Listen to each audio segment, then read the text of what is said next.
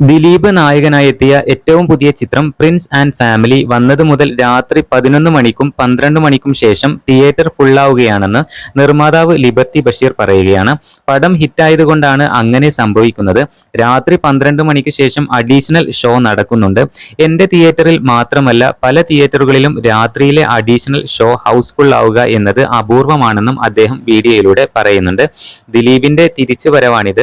കുറെ കാലത്തിന് ശേഷം തുടരും എന്ന പടത്തിനാണ് 15-20 ടിക്കറ്റുകളൊക്കെ ഒരുമിച്ച് വിറ്റുപോകുന്നത്.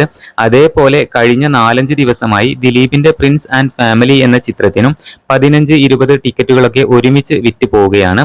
അത് ഓടുന്ന നല്ല പടത്തിന്റെ ലക്ഷണമായാണ് കാണുന്നത്. അവസാന 20 മിനിറ്റ് വളരെ സൂപ്പറായിട്ടുണ്ടെന്നാണ് പ്രേക്ഷകർ പറയുന്നത്.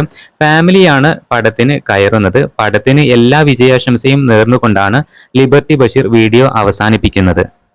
അതോടൊപ്പം തന്നെ രാത്രി 12 മണിക്ക് ശേഷവും ഹൗസ്ഫുൾ ആണ്. 20 ടിക്കറ്റുകളൊക്കെ ഒരുമിച്ച് വിറ്റുപോകുന്നുണ്ട് എന്നും ലിബർട്ടി ബഷീർ വ്യക്തമാക്കിയിട്ടുണ്ട്.